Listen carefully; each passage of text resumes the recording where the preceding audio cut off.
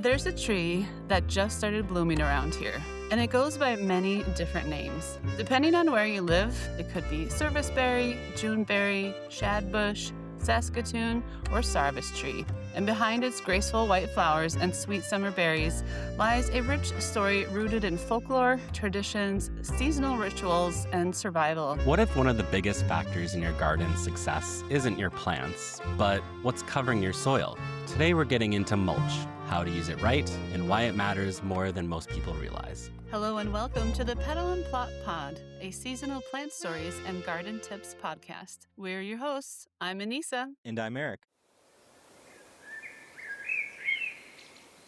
The serviceberry belongs to the genus Amelanchier, a group of small trees and shrubs native to North America. And what's striking about serviceberries is how many names they've gathered over time. The name Saskatoon originates from north of Lake Superior, from the Cree language, and is derived from the word Missisquatomina, meaning Saskatoon berries. The name Juneberry comes from the timing of the fruit, small purple berries that ripen in early summer, often in June. The name Shadbush comes from eastern United States, where the trees bloom at the same time as the annual spawning run of shadfish in rivers. And so it is time to start fishing when the white flowers come out. Then there's serviceberry. One common story says that the tree got its name because the flowers bloomed when the ground thawed enough for burial services, marking the time when communities could dig graves and finally lay their dead to rest after a long winter, making the tree a calendar marker, a sign that spring has truly arrived. And the name Sarvis is a regional pronunciation of service, stemming from the Appalachian mountain dialect, reflecting its Old English roots. Eric, do you have a preferred name for this glorious tree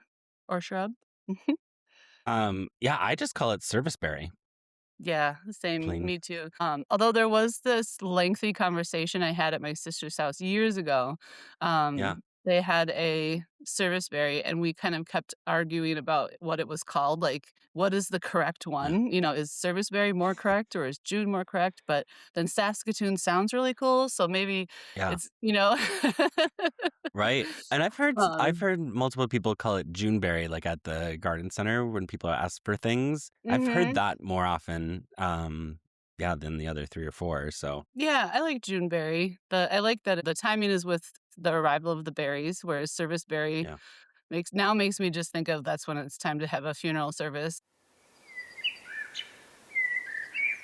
Long before settlers gave the tree names like serviceberry or shadbush, indigenous peoples across North America had deep relationships with these trees. Serviceberries are an important food source, valued for their sweet, nutritious berries. The berries can be eaten fresh or dried for winter use, sometimes mashed into cakes, added to soups, or mixed with dried meat and fat to make pemmican. The fruit is rich in iron and fiber and antioxidants, making it not just tasty, but highly nourishing. In woodland communities, the blooming of the serviceberry is a sign of changing seasons, a cue that other important plants and animals would soon emerge. The wood is also useful, strong, flexible, and often used to make tool handles, arrow shafts, and other implements. And in some traditions, the tree holds spiritual meaning, symbolizing provision, generosity, and seasonal renewal. I just saw a serviceberry blooming on my walk today. Have you seen them yet, Eric?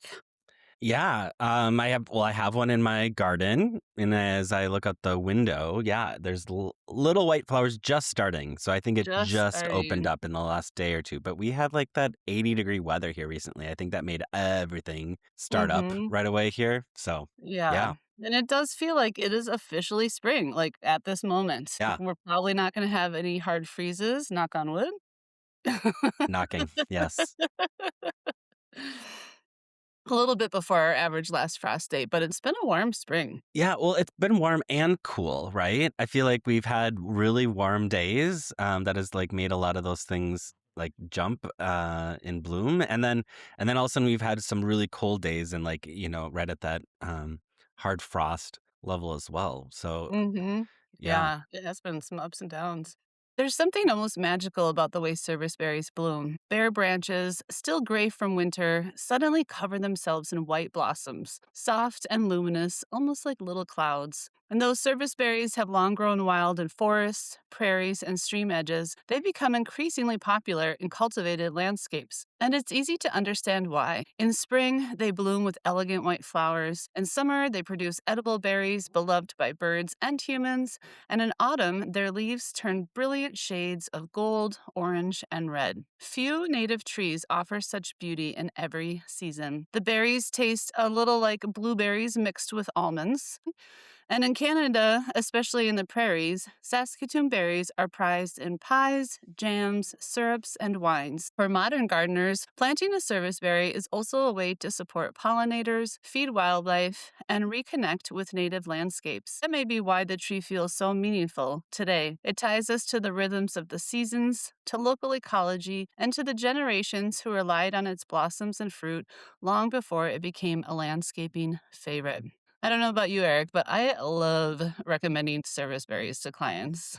Yeah, I feel like anytime I can, I want a serviceberry, but I want a multi trunk serviceberry. Mm, That is like a like clump. my yeah, like it Mhm, is amazing with some like soft grasses around it or in a meadow would be super pretty. I feel like you can put it in so many places. And just like you were mhm. saying, it's got so many benefits to it, with the flowering and fall foliage and berries. Yeah. Yeah, and I really like the ones that will stay under 15, 20 feet.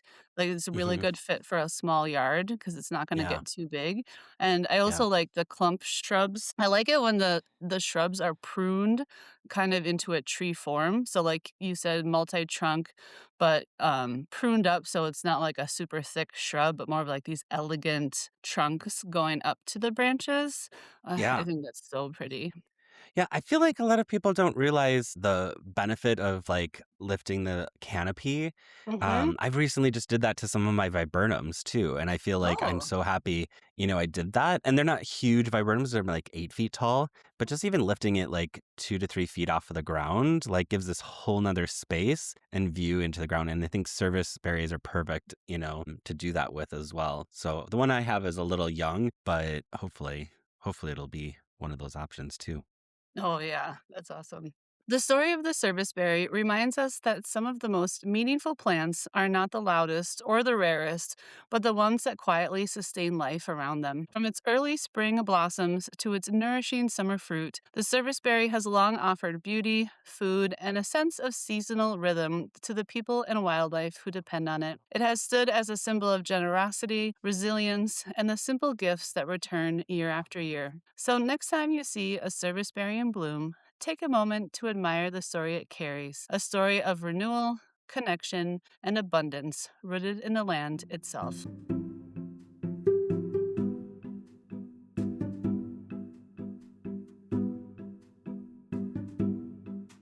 So today we're talking mulch, kind of the most underestimated or misused or aggressively over applied product in the landscape. Because apparently, if a little mulch is good, 14 inches piled against a tree is much better, right? Anissa, what have you seen out there as far as like mulch atrocities, if you will?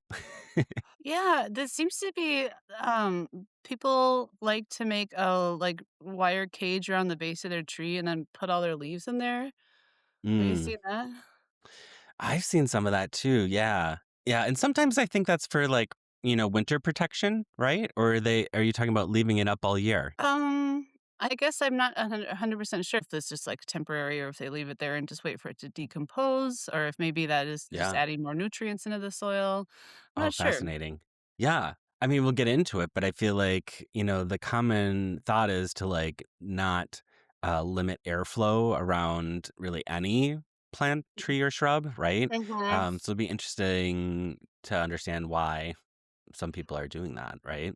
Yeah, there's been a few people that have come into the garden store asking for help on like what they want to do is they want to take some stones and make a circle Mm-hmm. around a big mature tree and then fill it with Mm, dirt and mulch and then plant flowers so they turn into like a flower bed around the trunk of the tree. mm. which Yeah. makes me wanna caution them against for the Yeah. health of the tree, right? Absolutely. Like, Yep. that's not gonna be healthy for the tree, but I Yeah. think it's something that's common enough where people see it in someone else's yard and they're like, "Oh, I should Yeah. do that. That looks really pretty," because it does look pretty, Yeah. but Well, and sometimes you don't see any issues early on, right? It takes Mhm, time for maybe an issue like that to like become a problem where, really the tree should have been planted when it's already built up high so that that root flare is above right at the ground level, right? mhm, Otherwise you come into other issues of inviting moisture and other things against the actual bark of the tree, which isn't normal, right? yeah, for Yeah. sure. So mulch is obviously not just decoration, it's actually doing some serious work. So, like, the key points obviously are it reduces evaporation, so less watering. It buffers soil temperatures for, like, here in Minnesota. When we have our cold temps, it helps regulate temperatures, both in summer heat and also in the winter cold. It suppresses weeds. It doesn't get rid of weeds. We'll talk about that in general. And then it builds soil over time because it's organic, hopefully, if you're using certain mulches. So I feel like that Minnesota specific insight, like mulch is like basically like a winter protection and it keeps the soil temps more stable during those freeze thaw cycles that love to kind of heave perennials out of the ground, like kind of like a bad magic trick. And so it mulch is like a weighted blanket, but for your plants like emotional stability. So I feel like that's important. Do you do a lot of mulching or extra mulching through the wintertime, Anissa? I do with leaves, but not with, like, Yeah. wood chip mulch, unless Mhm. yeah, I would say most in the wintertime, I leave the leaves down, but I do like Yep. to kind of clean up the garden beds with wood mulch in the spring to make them look nice. Yeah. And we're gonna talk about it, but leaves are mulch. So Yes, leaves are mulch. it is an option, right? Um, exactly. I do the same thing. There's a few things like my roses, instead of doing cones on some of them, I just bury them in mulch, if you will, Mm. wood mulch, and that does well for me. And it seems easier than trying to like wrangle in all the canes and get them in. I just bury them, and then the springtime I cut off anything dead, and it regrows and flowers for me. So Yeah. yeah, it works well. I also do a little extra around like my coral bells and such because sometimes I feel like they heave really easily for me through the winter, and I find that that helps them kind of stay a little more grounded through those freeze thaw cycles. So there's different types of mulch, like we were just talking about. Not all mulch is created equal, as you can guess, and some help your garden, and some kind of like slowly sabotage it. So organic mulch, which is your best friend, things like shredded bark, hardwood mulch, arborist wood chips, leaves, like Anissa was saying, and even just compost or compost blends, those all help feed soil microbes and improves the structure as well of the soil, and then helps really retain that moisture better over time. Some people don't really think of that as a mulch, but many times there's a mix for like veggie beds and building soil that way. Acts like a slow fertilizer as well, and you just need topping to kind of help. Sometimes you have to put a little wood mulch on top of it to help prevent crusting because it's a little more soil than it is maybe wood chips or others. Lisa, do you use straw in your veggie garden? I do, yep, I use straw. Yeah, yeah. So that's another mulch type, but it's ideal for vegetable gardens, especially around like tomatoes or strawberries. And it keeps fruit and things clean and reduces disease splash that sometimes comes from the soil, actually. So it suppresses that splashing that happens from rains or overhead watering. And it actually breaks down really quickly, and then you just reapply. Like, do you do it every year or do you just like mix the straw back into the garden bed? Yeah, I do it every year. So the area of my veggie garden is sort of perfect for one bale of straw. And Yeah, so I put it down when I'm putting my seedlings in. And yeah, like you said, it prevents like when we have a heavy rain and that rain is splashing all the dirt up onto the seedlings, it prevents yeah, that from happening. So they can even get really wet and sort of, when they're so young, they might be close to touching the ground if in a wind or rain, and that straw just keeps them safe and clean. I hmm, like it because it's light and airy, so it doesn't get too moist to prevent those kinds of issues. Yeah, yeah, so when I plant, I put down the bale. and then I just leave it there, and by the time spring comes around, you can barely tell there was straw there. Like, Yeah, it's gone, it's disintegrated into the right. soil, so, functioning like compost. Yeah. You should probably also mention, do you use something like called like clean straw, if you will? I don't know what you mean. So there's also like different straw types you can get where some of it in a sense is free of like weed seeds or other seeding things, because sometimes in straw if it's directly taken you may also inherently be pulling other weed or seeds back into your garden that could like germinate. Oh, sure, yeah. Well, I haven't had a problem with like, weeds that are not straw, but there are usually seed heads in the straw, so those seed heads will go to seed in my garden, but it's not really problematic, like, I'll wait for them to get about and it just looks like a grass, right? And I'll wait Yeah. for it to get about 5 to 6 inches tall, and then right after a rain, when the dirt is wet, it's really easy to just pull them up by the handful, and then I just lay them flat on top of the rest of the straw, and they Mm, just die and turn into go more back in. mulch. Yeah, yeah.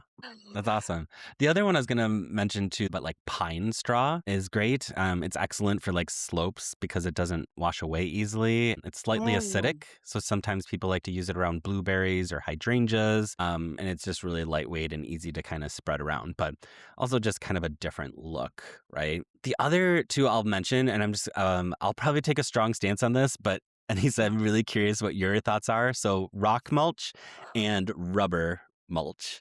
Um, Oh, yeah. I mean, it's I mean, they're not for me. yeah. I do think rubber mulch is a great choice for a playground, Hmm. because it keeps the weeds down. It's a soft landing if you fall off the slide or whatever. A lot of times, that rubber mulch is made from recycled material, so it's not like it's produced for it's just like a way of Hmm. reusing, reducing, right? Rock mulch, I feel like it has its place, but when people have it and they don't want it anymore, that's a really huge chore to get rid of. Yeah, right.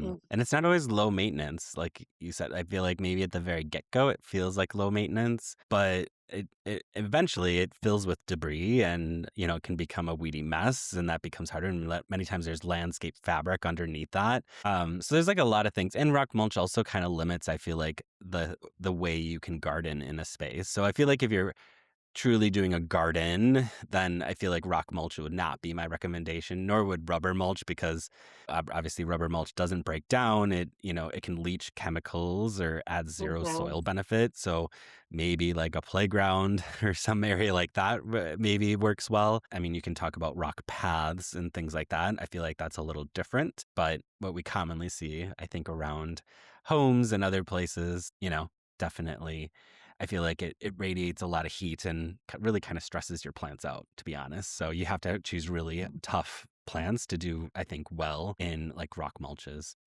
Mhm. Yeah, definitely. So no shade. If you have it, we work with it. But if you have the opportunity to change it, I think there's lots of other options out there. So how to actually apply mulch. This maybe seems simple, but I think it's worth mentioning if people are like, I don't really know how much I should put down. Like, is, a sprinkling enough, or the 14 inches, is that too much? But general rule of thumb is like 2 to 3 inches. So if the mulch is put up against the trunk of the tree like a volcano, you've made a mistake. What's bad about that is trapping of moisture, which can rot parts of the tree and cause diseases. And it actually encourages pests and other things to come and suffocates the roots. So basically, if you see that, you should pull the mulch away from trunks and stems and spread it wide, not deep. Think more donut, not volcano, if you will, if you're putting mulch around a tree or shrub. I feel like the one thing I always reminds me about this is every time I go to get groceries on a Saturday, every time in the parking lot, without fail, I go past the trees that have been like volcanoed up with mulch, and I secretly just want to go out there and like move it. Is that bad? Just pull the mulch away from the trunk of the tree. Like no one will know any different, right? I mean, you're really um, doing the trees a service, right? Yeah, right? I mean, and they're like great like oak trees that are actually there and some like crab apples. I mean, they're really pretty, but I like Mhm. every time I'm like, oh, oh, I could just like pull that back a little bit and make my ADHD much better. Mhm. Um, so perennials, you're using a lot of shredded hardwood mulch that does really well suppressing weeds and retaining moisture and allows plants to kind of still emerge easily out of it. Trees and shrubs, the arborist wood chips. Anissa, you've used chip drop before, right? Oh, yeah. It was How how's your experience with that? well, I made a few mistakes in that experience. So you submit your information, and then when there is a, truck of shredded trees that an arborist needs to drop off, they'll come in and dump it in your yard or driveway or alley. So I get the call, and then they ask me, "Do you want logs or no logs?" And I was like, Hmm. "Oh, logs would be fun. I could, like, incorporate them into my landscaping." So I say, "Yeah, sure, logs are fine." Big mistake, huge. Oh, no. And then they're like, "Well, we have, 14 yards of mulch. Is that too much?" And I was Yeah. like, "There can't be too much mulch, right?" And Yeah. so I say, "Yes." And, that's an entire dump truck. That's a full-grown dump truck full of mulch, okay? Yeah. And so this guy calls me, and he's like, "Are you sure that you want 14 yards Just of mulch with checking. logs?" Just checking. And And I Anissa was like, "Yeah, says, it's fine. I have a space for it. I have a space that's next to the alley that's about the size of a carport." So I hmm was like, "Yeah, just dump it there. It'll be fine." yeah. And so he comes and dumps it, and just did not realize how much 14 yards of mulch is until it was in my alley because it wouldn't even fit on that carport. It took up, like, half of my alley. So now cars can't drive through my Oh my alleys, gosh. right? So I had to call, like, all my neighbors. I put it on, like, the neighborhood group chats. I'm like, "Free mulch, come and get it, please." I'm blocking traffic. Yeah, and then I'm, like, texting all my friends who I know who garden. I'm like, "Do you need Yep. mulch? Come and get it. It's free." Which is kinda Yeah. cool. In some sense, I guess I was able to Yeah. give a lot of mulch back to the community or something, but, Totally. um, yeah, so luckily, people did show up, and they took a lot of mulch, and I spent quite a few days moving a lot of it into my backyard, and the logs. Yeah. Okay, so eventually we cleared the alley. It was quite an adventure, and also this pile was taller than me. So then the logs start to come out of the pile, and they're huge. I can't even, like, lift most of them. Like, they're massive Funny. logs, and there's a lot of them, and some of them are weird shapes. Like, Yeah. some could be chopped up into firewood, but I don't know. So now I'm left with I did, use a lot of the mulch because I have a lot of garden beds that need mulch, and so that Yeah. was great, and Yeah. I would recommend it to anyone, but with a caveat, like, consider the amount and logs before you say yes. And then you have a space to actually dump all of that in. Yeah. Yeah. But what a great like free way to like add mulch to your garden and Yeah. you know, Yeah, it was totally free, works and I out have well a on both like, ends. a woodland garden in the back, so the Yeah. logs do add to that. Exactly. I guess the danger of that is that you don't know if you have a diseased tree, so you're really not Yes. 100% sure of what's coming into your yard if you're bringing, True. something, like a fungal disease or something like that, so Yeah. there is a little bit of risk with it. My Mhm. pile also came like, a beehive or a wasp nest or something, so I had to wait for the queen to leave Oh my before I gosh. could, like, get to that half. You've had quite the story with this one. I know, there was a lot of drama with it. But a lot of free mulch. Yep, yep. But it was free. And as gardeners, we will always take free, right? That's right. Um, Leslie, I thought I'd talk a little bit about like weed control and like kind of like a reality check around that. Mulch obviously helps block the sunlight, and so that does make fewer weeds, but seeds will still land on top, right? Birds, wind, all the things move it around. So no matter what you may have, even if it's rocks, they can still grow. Also, I think it's important that if you're starting something new and going to be mulching, I feel like it's important to like weed before you mulch, right? Don't just bury them and assume like, oh, they're dead now. They many times will come up through your mulch then because they've already established roots. I also think it's important to maintain that proper depth of 2 to 3 inches. So some years you may add a little more mulch, others you might not. But I feel like every year you should be checking, like, do I need more mulch or not? Right? You don't want to overdo it for sure. And sometimes some areas may take longer to really break down. The other part I was going to talk with this is just like landscape fabric. Aneesa, have you had any stories with landscape fabric? Yeah, I have something I'm actually trying to work through right now because when I did my boulevard has like peanut shaped garden beds that are lined with brick. And then on the outside of that, in between the Mm, brick and the sidewalk or the road, I put hmm landscaping fabric down and mulch because it gets really weedy there. But mm, the problem is that eventually that mulch just degrades on top of the landscape fabric and the weeds just then grow on top of the landscape fabric. And it's yeah. harder to like right now I'm kind of considering I'm like, do I use like a hori knife and like saw through everything and, like, just Mm, remove all of the old landscape fabric, weed roots, yes. and mulch and start over? Yes. Yes, you 'Cause I should. can't keep piling mulch on top of it because it just doesn't even Yes. physically it's not Right. even physically possible to keep doing that now, so it's like, I think I might Yeah. have that chore in front of me. Yeah, I mean, the reality is it doesn't stop weeds long term, and just like you said, like, soil starts to break down. It also blocks that good stuff that is breaking down from adding to your soil health, right? Like, it's not moving to the rest of the ground, and it Mhm. kinda all just becomes a tangled mess, I feel like, and once you decide to take it out, like, you've almost feel like forever you're pulling landscape fabric out of an area because there's, like, another piece that crops up or something. I also feel like it becomes unsightly, like, more noticeable when people have it and you start to see, like, the fabric popping out from the rocks or popping out from the mulch, you know what I mean?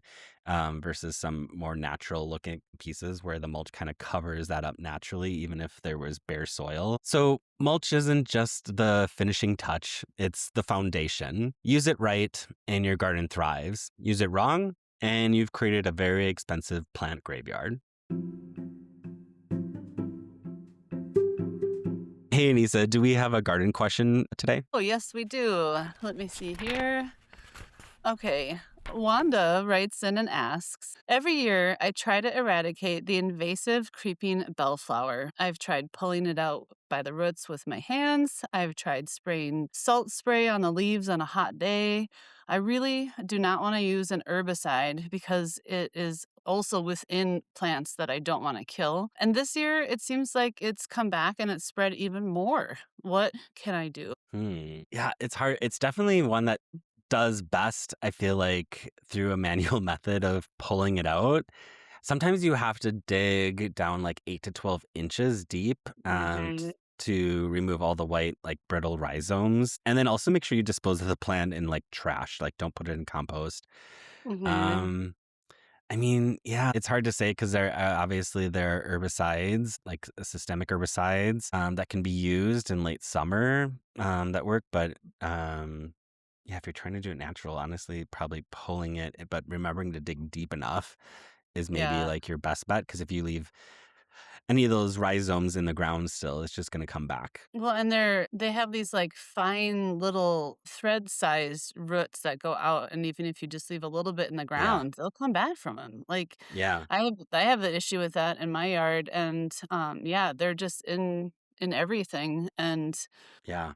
they're getting into they're in between stuff that it can be hard. I can't really feel like I can dig 6 inches deep into some areas where they are, because then I'd be Yeah. disturbing the plants next to them, like, you know? Yeah. So, it's a tough one. I had talked to a gardener once, and she said, about the same problem, and she was like, "My hope is that something will happen in the environment that will kill it off." Okay, so Mm, because it wasn't always a problem, right? It was like 1 year it mm, started becoming a problem, and then it really quickly it became an issue, and unfortunately, those plants are really pretty, so when people started yeah. getting them in their yard, they kept them because 'cause they're gorgeous, Right. right? And so she's like, "Creeping bellflower didn't used to be an issue, so whatever happened environmentally," like, she's just like, her hope is that something happens to come in the environment that will kill it off or something. I don't know how likely that is, though. Yeah. Or I wonder if like covering it and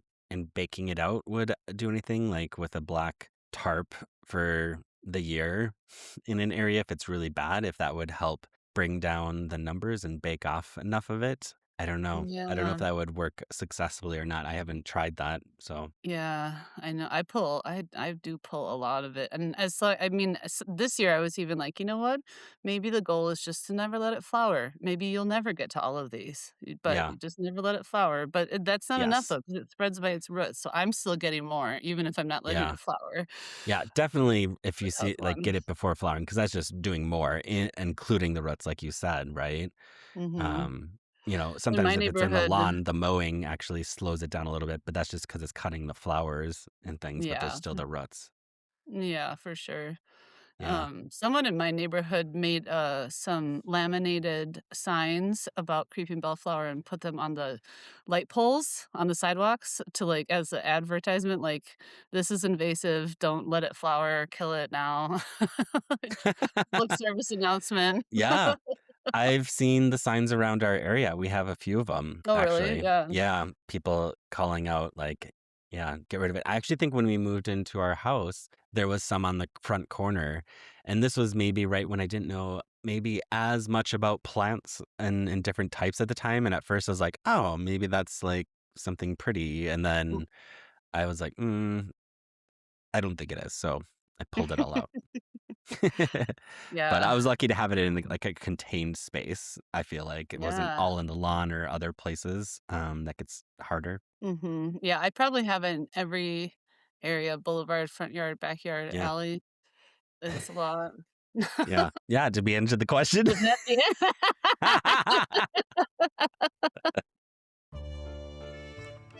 If you have a gardening question you'd like us to answer, please write to us at petalandplot@gmail.com. And if you enjoyed this episode, please share it with someone you know and click the follow button to hear our next episode. As garden designers here at Petal and Plot, we also offer year-round in-person and virtual gardening consultations and custom garden designs as well. Want to see